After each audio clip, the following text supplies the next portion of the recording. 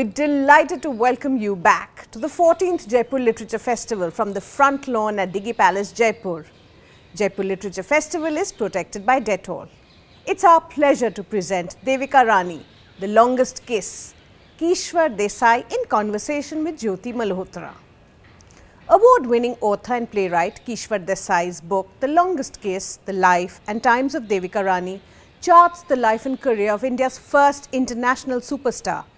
Based on her personal letters and documents, the book narrates her journey through the creation of Bombay Talkies, the country's first professional studio, her marriages to Himanshu Rai and Swetsola Roerich, and the struggle of being a woman in the entirely male-dominated world of Indian cinema.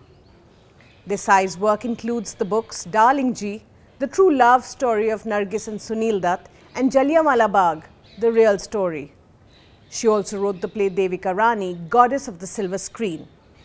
In conversation with journalist Jyoti Malhotra, Desai examines the intensely private life and tragedy of Devika Rani. Kishwar Desai is an award-winning author and playwright who writes both fiction and non-fiction. Her latest book is The Longest Kiss, The Life and Times of Devika Rani, based on the personal papers and letters of the iconic actress. She is the chairperson of the Arts and Cultural Heritage Trust that set up the world's first partition museum at Town Hall, Amritsar. She also helped to install the statue of Mahatma Gandhi outside Westminster in the UK. Her novel, Witness the Night, won the Costa First Novel Award in the UK and was followed by two others, Origins of Love and Sea of Innocence. She also wrote a play, Manto, which won the TAG Omega Award for Best Play. Most recently, in 2019, her play Devika Rani, Goddess of the Silver Screen, produced by Lilith Dubey, was successfully staged in venues across India. Jyoti Malhotra is Editor National and Strategic Affairs of the print news portal based in New Delhi. Please do remember to comment by typing it into the comment section.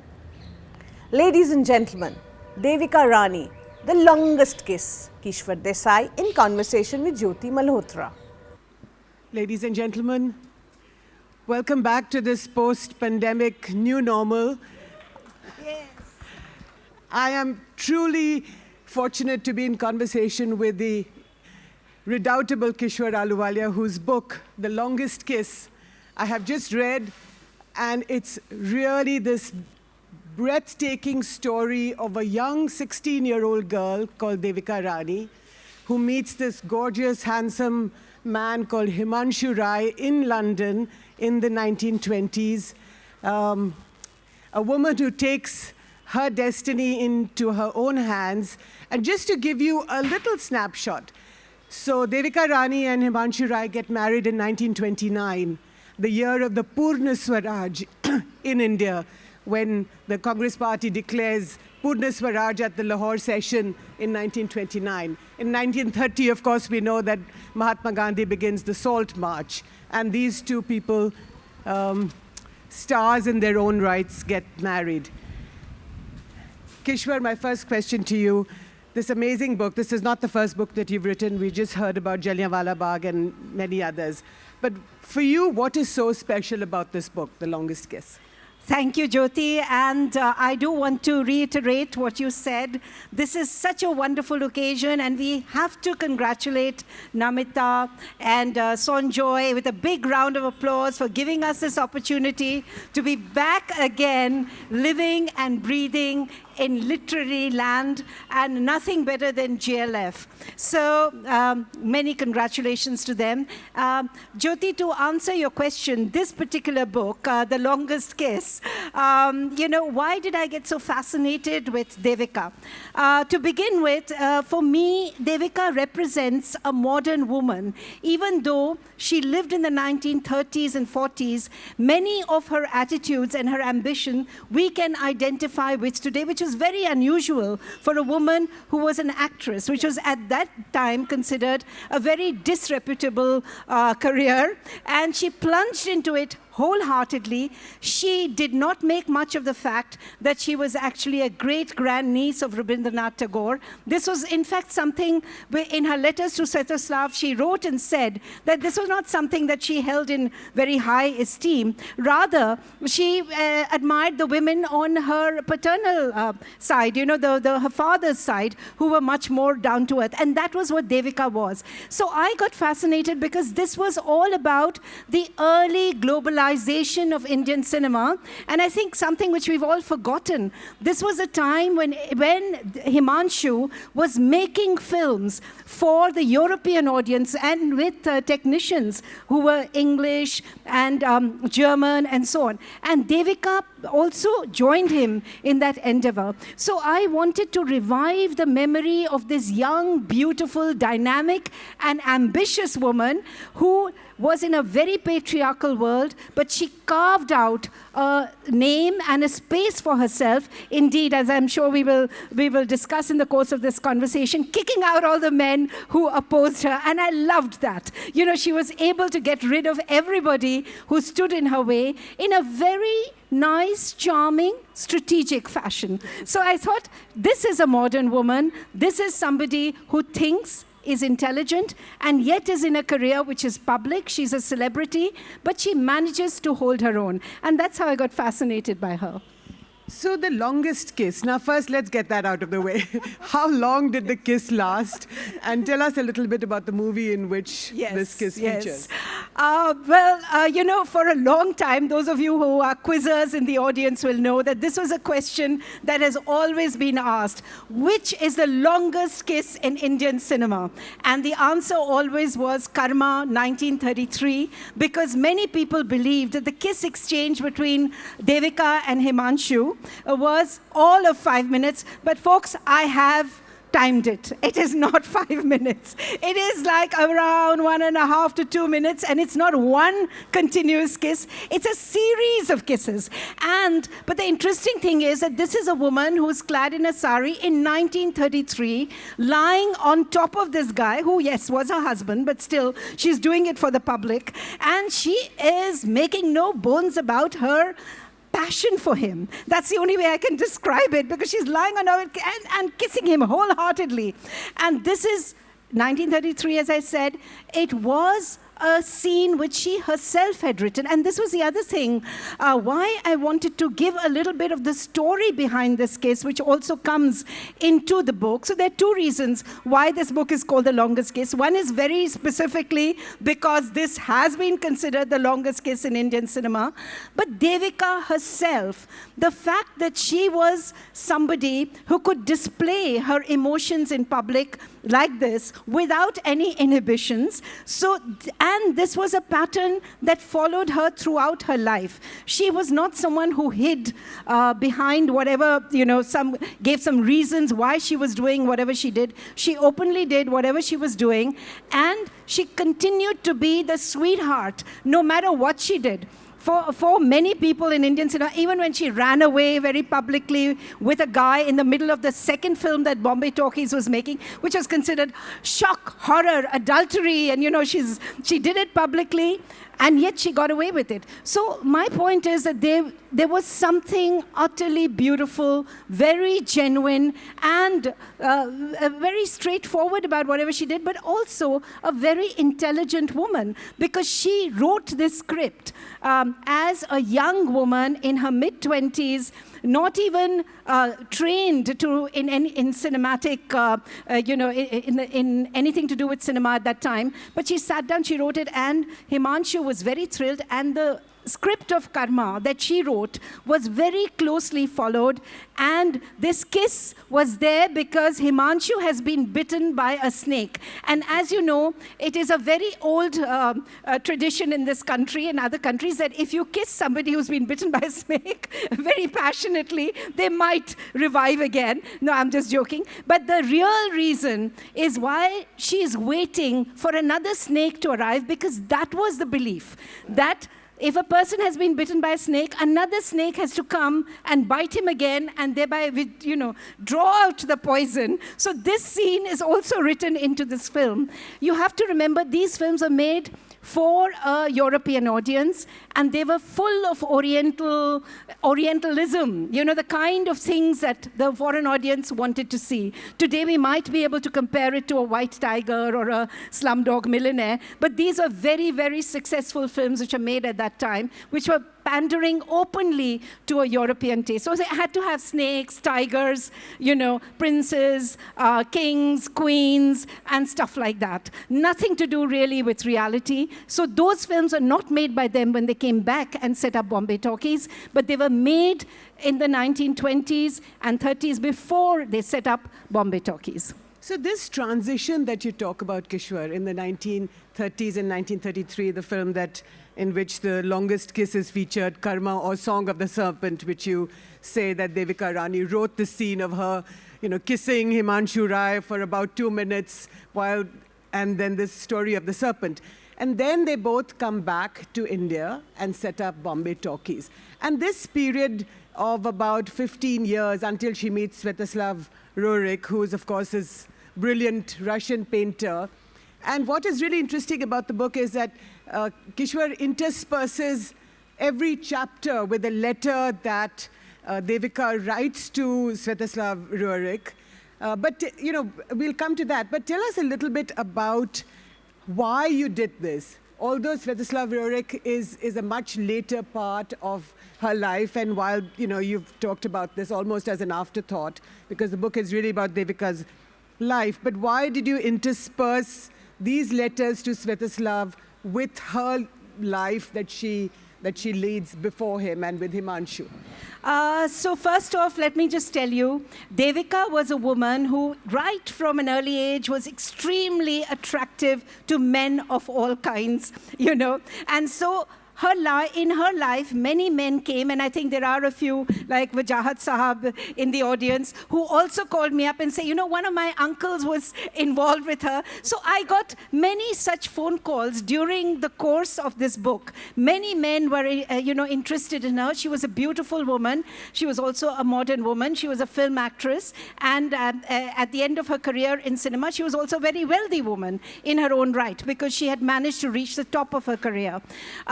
The reason I interspersed these letters from Sviatoslav, it's very interesting. The reason I felt that she was a bit of a mystery to most people in India, despite the fact that she received the Dada Saheb Phalke Award, she got the Padma Shri, she was like very well known for her work, considered one of the most beautiful women in Indian cinema. Not much was actually known about her. So when I started my research, which is about 15 years ago, I realized that 15 years ago. 15 years ago, I have been sort of, you know, on her case for 15 years, trying to uncover this woman, you know, like who was she really? So what I found was that the only person she revealed her true nature, she was a very private person, were in these letters that she wrote to Sviatoslav. These letters were written in 1945. My book starts much earlier, you know, it starts in the 1920s. But in that, she explains her career, what she was when she came into cinema, what she became, which she hated, the person that she had become. This is very interesting because she said that, you know, I have become very hardened and so on. And she was also a victim of domestic abuse. She used to be beaten up by Himanshu Rai. And, you know, these were things that I discovered only when I started reading these letters.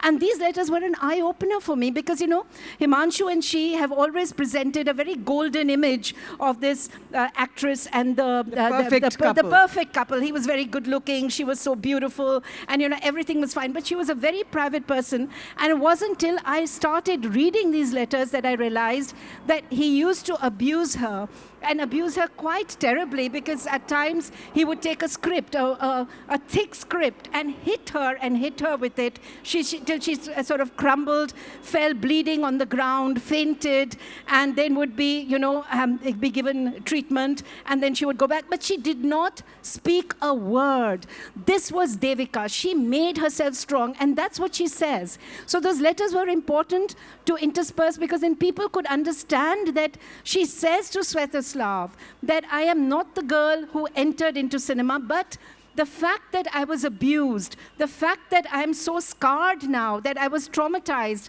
was very important for me because it has made me the strong person that I am today. And I can face up to everything. And so she carved out her own path. She decided, because of this abuse, this was a very important turning point for her, even though nobody, even her mother didn't know about it. Only fleetingly, she would occasionally write to her.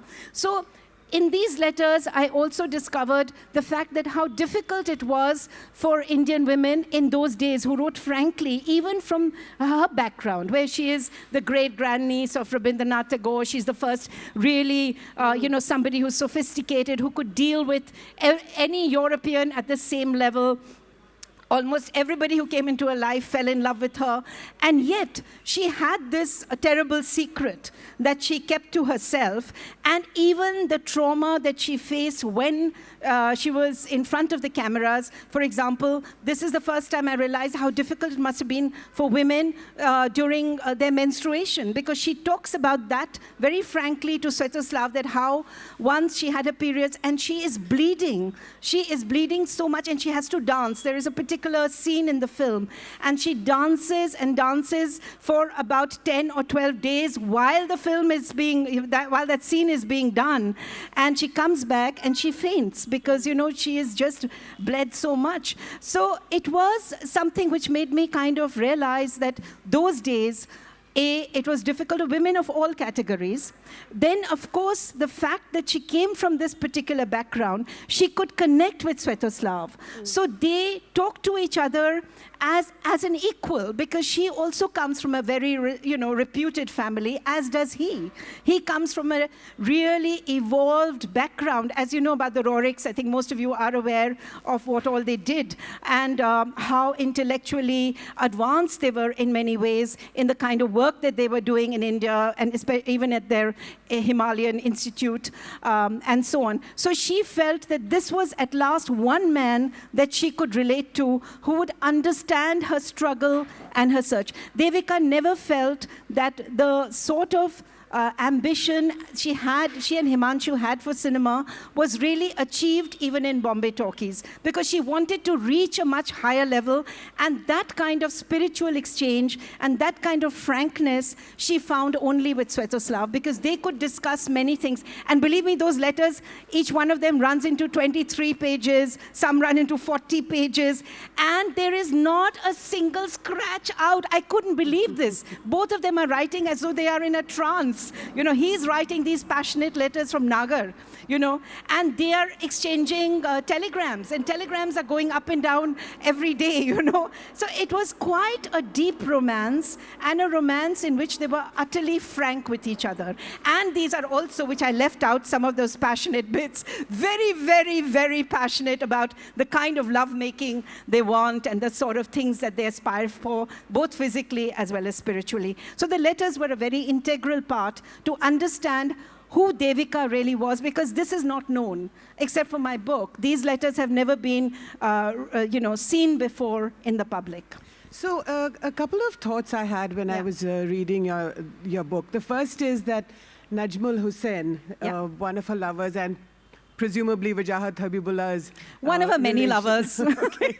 But Najm, so in one of those periods of domestic abuse when she leaves Himanshu and goes with Najm to Calcutta, and Himanshu is sort of worried that this scandal is going to come out into the open and destroy, the films that they're making.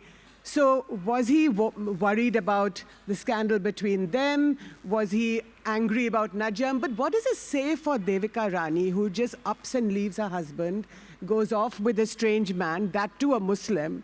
This is the India of the late 1930s, presumably when there is a ferment in the country. We are talking about Hindu-Muslim issues.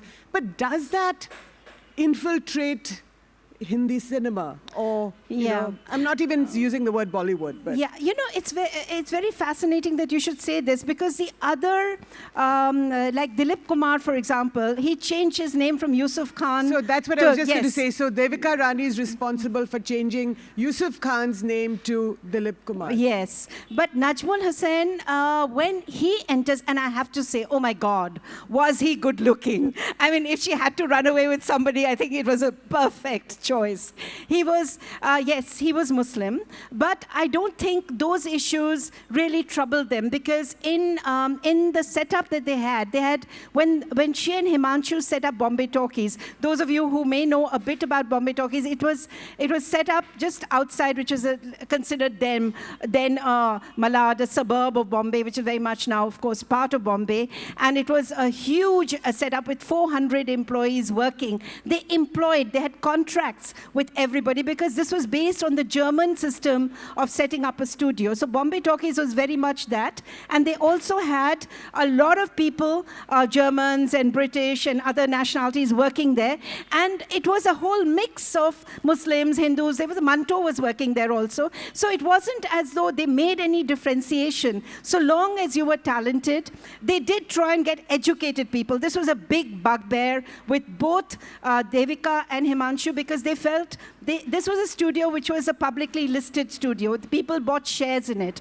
And they felt that as long as there are uneducated people or people who are women who are considered prostitutes working in these kind of environments, they would not be able to get investment. So they used to get, so a lot of Muslim women were also working there, who would then change their names and, you know, that kind of thing, and become Miss something or the other. There were a lot of Anglo-Indians also, like there was Sita Devi, who was actually an Anglo-Indian, and so on. So, you know, names were changed quite frequently, but Najmul Hussain was a very good-looking guy. He was a star of her first 2 films, and she was also going through this very traumatic period with Himanshu. Himanshu was 16 years older than her, but he was already going through some kind of, which you'll read in the book, so I won't go through all the details, some kind of a nervous breakdown. And that was also the period when he started being extremely abusive towards her. So I think in order to keep everyone's dignity intact and not make a public display of what she was actually going through, she runs away, which is another kind of a public display. But I do try and explain this through her background of having done this once before, when she was abused, when she... not abused, and she was slapped by her father when she was only 3 years old. She ran away from the house. And this was a memory that she kept in her mind, that if anyone ever raises their voice or does anything, she will simply walk away. And so she repeats this again in Bombay Talkies, and it works, because Himanshu comes running after her.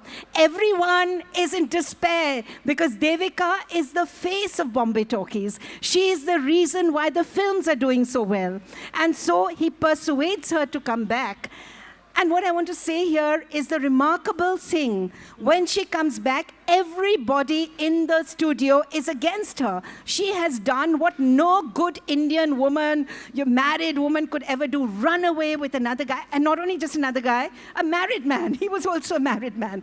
And she comes back, but she gives another great performance. If you see the film that she acts in when upon her return, you will never believe that this woman has just been denigrated by just about everybody in the studio. She comes and gives back a superb performance, but it leads to another remarkable thing, which is the entry of Ashok Kumar.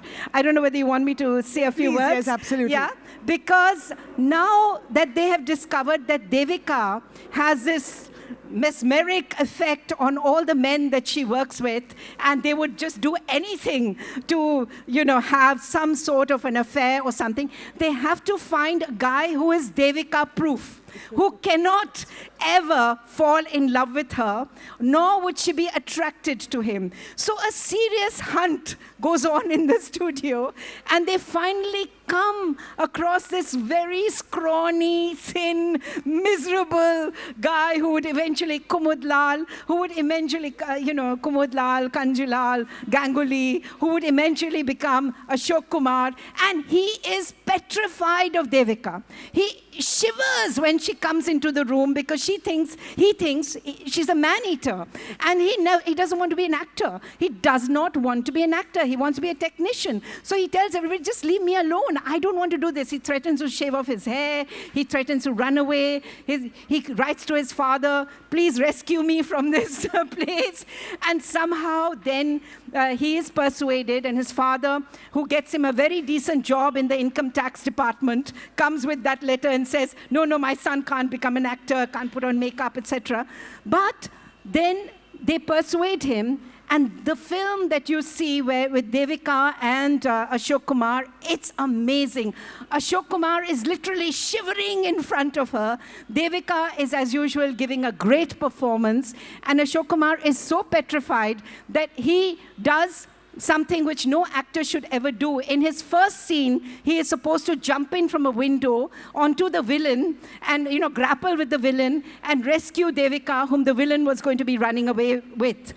However, when he jumps into the window, he's so over-enthusiastic, he jumps straight onto the villain, breaks his leg, and Devika has to be hospitalized for 3 months after that, So there was something that the studio had to go through, but they continue with Ashok Kumar, and then, of course, those of you who may have seen their later films, Achut Kanya and so on, they became a very, very popular couple. So not only did Devika have an effect on men, but she also was responsible for giving us some of our greatest actors, such as Ashok Kumar, Dilip Kumar, and so on.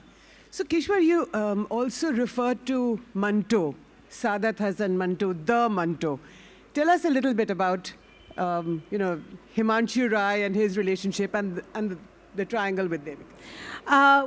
Manto wrote a lot about what was happening in Bombay talkies at that time. He wrote this book about the Bombay film world. And in that, he had a very interesting story, which is a very thinly veiled representation of Devika Rani called Latika Rani, Latika Devi, something like that. So he calls her that. And in that, he tries very hard to depict her as an extreme, villainous woman who is only interested in herself. And this was actually, when I started researching on the book, I found that in many of the interviews given by the male,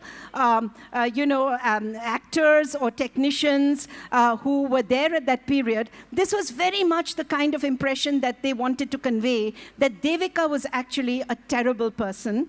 One of the reasons being, of course, that she ran away with this guy. And the other thing was also that they wanted to side with Himanshu, because a lot of them knew that Himanshu was now undergoing some kind of a trauma, and which might lead eventually to his demise. And many of them, therefore, wanted the top position in Bombay talkies, which they knew that Devika was also angling for. Ultimately, this was the reason why Manto also was, very careful to not praise her at all. He did not think of her as a very great person in any way. And I kind of felt bad because when I was writing the book, and I think that is quite clear, because she did not reveal the reason behind the trauma that she was undergoing, a lot of people were actually against her in the studio, and Manto only represented that kind of anger and angst against her because she came across as somebody who was a little aloof. She did not want to reveal what she was going through with Himanshu out of loyalty. And I have to say that till Himanshu died, and that also, she took him to a hospital far away from the actual studio so that nobody knew what he had been going through. But because I got a look at the hospital bills, I realized that Himanshu had been under treatment, psychiatric treatment, for over 3 years before he died. You saw the hospital bills? Yeah, I saw the hospital. I got a copy of the hospital bills. I mean, this was all part of the research that I was doing. I got a copy of Devika's household expenses. She was very meticulous. She was very careful with every penny because she knew that they did not have much. Do you know when Himanshu died, Devika and Devika and Himanshu only had 600 rupees in their bank account, out of which 500 did not even belong to them.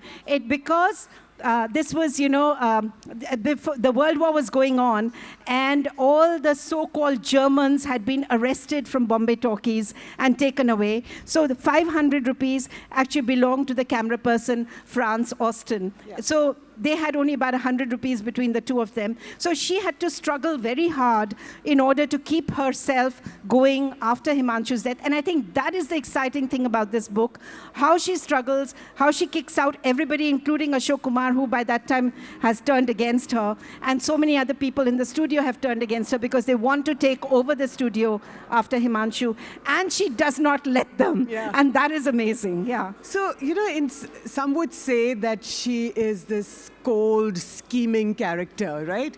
I mean, you start your book actually with the scene. I mean, it's almost pictorial, your book, in many ways.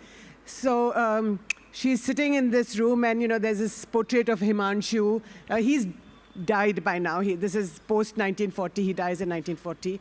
And, there's a garland, and of course she sort of goes and does pranam, and, when people come in, then there is sort of, his chappals are also there. So she's this grieving widow, but actually she must have been quite happy that it's all over. Well, that was not something she ever publicly revealed. But that comes out, as I said, in the letters that she wrote to Svetoslav later on. She used to not, in private, she would even just call him Rai, not even Himanshu. I mean, there was a great anger because of the way that he had treated her. She felt that she had given up. When they started out in trying to set up their own studio, she sold all her jewelry. She sold all her good clothes. When they were in Germany and they were actually training in the studios there, this is in the 1930s, early 1930, before they went and made their first film, Karma, she said, I didn't even have a pair of stockings. I had only one pair that I would then keep at home and wear when I would go out because we had no money to even eat. So often they would starve. So this was something she felt everyone had overlooked, but being Devika, she never spoke about it. And in her letters, this also comes out very clearly because she talks about the time when she was in school in the UK. Her father was a doctor, and he had actually worked at St. Thomas's Hospital in the UK. And so she had her early schooling there. And she said that once she went and asked for extra eggs because she was in the boarding school. She was denied it, and she was locked up for 2 days by the people who were running the school, saying that you cannot be so greedy. So that, again, strengthened her character. And she said, from the age of 12 or 13, I have learned never, ever to ask for anything. So this was Devika. She would not ask. She would not spread her hands in front of anybody. So her equation with Himanshu was also of the same nature, that they were both, she wanted to be considered an equal with him. And she wanted the fact that she had done so much to create Bombay Talkies, to create this great cinematic legacy, to be recognized. So last question, Kishwar, before I'll open this conversation to the house. Himanshu is married before he and Devika get married. Oh, sorry. He has an affair with this German woman. They never get married. Apologies for that. And they have a child. And it's one of the strange ironies of life that I just read after actually I read your book, that the daughter from his first relationship has a son called Peter. And he's now in charge of the archives of the Bombay Talkies. So tell us a little bit about his first relationship with this German woman, and subsequently when Devika finds out, this is after Devika and Himanshu are married, and she suddenly sort of chances upon this letter, but what that does to her and how she still sort of steels herself going forward. Yeah, so I have to say that Himanshu, like any producer, I don't know if there are any film producers in this audience, but anyone who wants to produce a film has to try very hard to get all the finances that they possibly can lay their hands on. And Himanshu was also gifted in many ways because not only was he very charming, he was a wonderful speaker. He was Bengali, that always helps, and he was also a man that a lot of women used to fall in love with, and this was something that he used. He knew that he was ambitious also. This is before he met Devika. I mean, his ambition remained, but these women that he was involved with, mostly from the letters, because I also have the letters written by these German women, mostly because he was in Germany a lot of those days. And they were all madly in love with him, and they were all asking, why are you behaving like this? Because by that time, he was a silent cinema. He was a star in his own right. And I'm talking about the 1920s, 26, 27, 28, when he made cinema, which was silent cinema, and he was a huge star by that time in Germany. He even showed his films in New York, etc. So one of these women, he did have a relationship. They never got married. And luckily, I have those letters where she actually turns up one day and tries to get him to pay her. Blackmail him. Yeah, sort of, you can say blackmail, but from her point of view, she wants support for the child. And he has kindly, he's disappeared. The reason she manages to connect with him is because she is in Munich, they are in Berlin, but she reads in the papers that Himanshu is in town. She doesn't know that now he's married, but when she finds that out, she decides that she's going to turn up and she's going to try and get money for the kid. And thereby there is an exchange. But this is a shocking thing for Devika. I think to be a young, married, much in love woman and to suddenly discover that your husband has a child that you probably didn't even know about. There were hints. People did hint this to her, but she never found it. So I was very fortunate. I got all those letters where this lady, Mary Heinlein, had written to the studios saying that do not pay Himanshu. She went to the extent of doing that. She said, do not pay him till he pays me and he gives me child support. So this was these are fascinating vignettes through which I understood that her journey was not an easy one. Right. Because she had to negotiate with her husband and this lady also into this space and ensure that she got her right and that they were not impoverished completely. Thank you, Kishwar, and thank you, Jyoti, for that lovely, warm conversation. And thank you for sharing Devika Rani's life with all of us. We thank our celebration partner, Diageo. Thank you all for watching and being such a great audience. Please stay logged on and continue to watch with us all the exciting sessions that we have specially curated for you. As you're aware, the cultural sector has been critically impacted by the pandemic, and while we have kind of got used to the new normal, we've struggled to ensure that we can continue to bring to you this free flow of knowledge and ideas. We'd love for you to support us at Teamwork Arts. Any contribution is welcome and would help spread knowledge and ideas seamlessly against all odds. Please tweet using Jaipur Literature Festival 2021 and @Jaipur Lit Fest. The festival is protected by Dettol. We hope to see you in the next session.